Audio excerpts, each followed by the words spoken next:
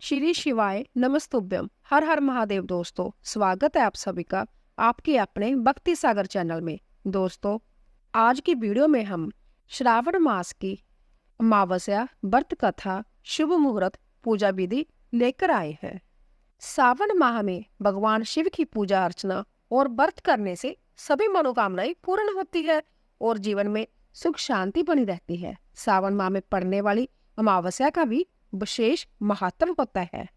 दोस्तों, इस बार सावन अमावस्या का शुभ मुहूर्त रहेगा 24 जुलाई 2025 को सुबह 2:28 पर शुरू होगी और अगले दिन यानी 25 जुलाई 2025 को सुबह 12:40 पर समाप्त होगी।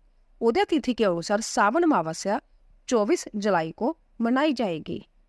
दोस्तों, सावन अमावस्या का महत्व। सावन में पड़ने वाली अमावस्या के दिन पौधे लगाए जाते हैं। इससे भगवान शिव और देवी गौरी भी खुश होते हैं। सावन अमावस्या के दिन पीपल का पौधा जरूर लगाना चाहिए। इस दिन पीपल लगाने से आपके पितर खुश होते हैं। इससे पितर दोष से मुक्ति मिलती है। जो लोग सावन अमावस्या को तर्पण करते हैं उनके सारे पाप धुल जाते हैं। पूर्वजों और ऋषियों को भी आशीर्वाद मिलता है। तो दोस्तों, इस बार सावन अमावस्या पर पुष्य योग का संयोग बन रहा है, जो कि एक दुर्लभ संयोग है। इसके अलावा अमृत सिद्धि योग, सर्वार्थ सिद्धि योग और हर्षण योग भी रहेगा। हरियाली अमावस्या व्रत कथा। एक समय की बात है, राजा महल में अपने परिवार के साथ सुखपूर्वक निवास किया करता था। उसका एक पुत्र था जिसकी शादी हो चुकी थी। राजा की पुत्र वधू ने एक दिन रसोई में मिठाई रखी हुई देखी तो वह सारी मिठाई खा गई।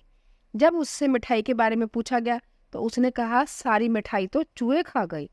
पुत्र वधू की जब बात चूहों ने सुन ली और वह इस गलत आरोप को सुनकर अत्यंत क्रोधित हुए।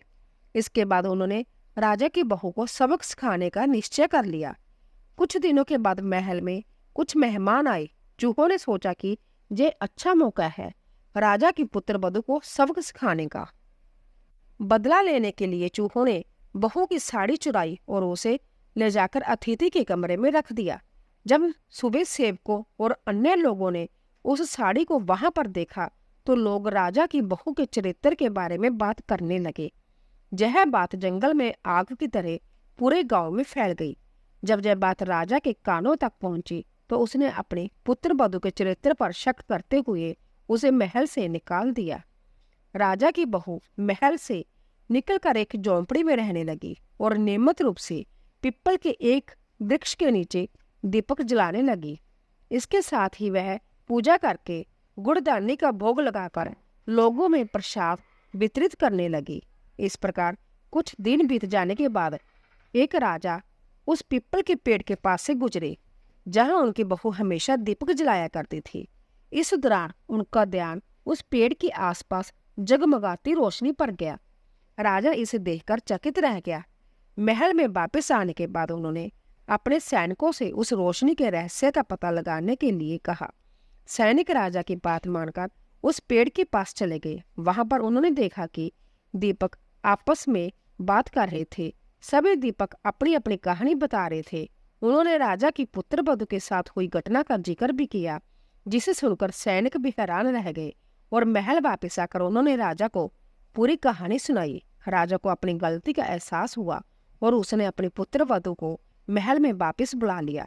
इसी तरह पीपल के पेड़ की नियमित पूजा करने का फल राजा की बहू को मिला। तो दोस्तों, यह कथा हमें सिखाती है कि हमें किसी पर झूठा आरोप नहीं लगाना चाहिए और हमेशा सच्चाई का साथ देना चाहिए। बोलिए शिव शंकर भगवान की जय। तो दोस्तों, आशा करती हूँ कि आपको हमारी कथा अवश्य पसंद आई होगी। प्लीज जाने से पहले चैनल को सब्सक्राइब कीजिए, लाइक कीजिए और ज्यादा से ज्यादा शेयर कीजिए। आप सभी का धन्यवाद।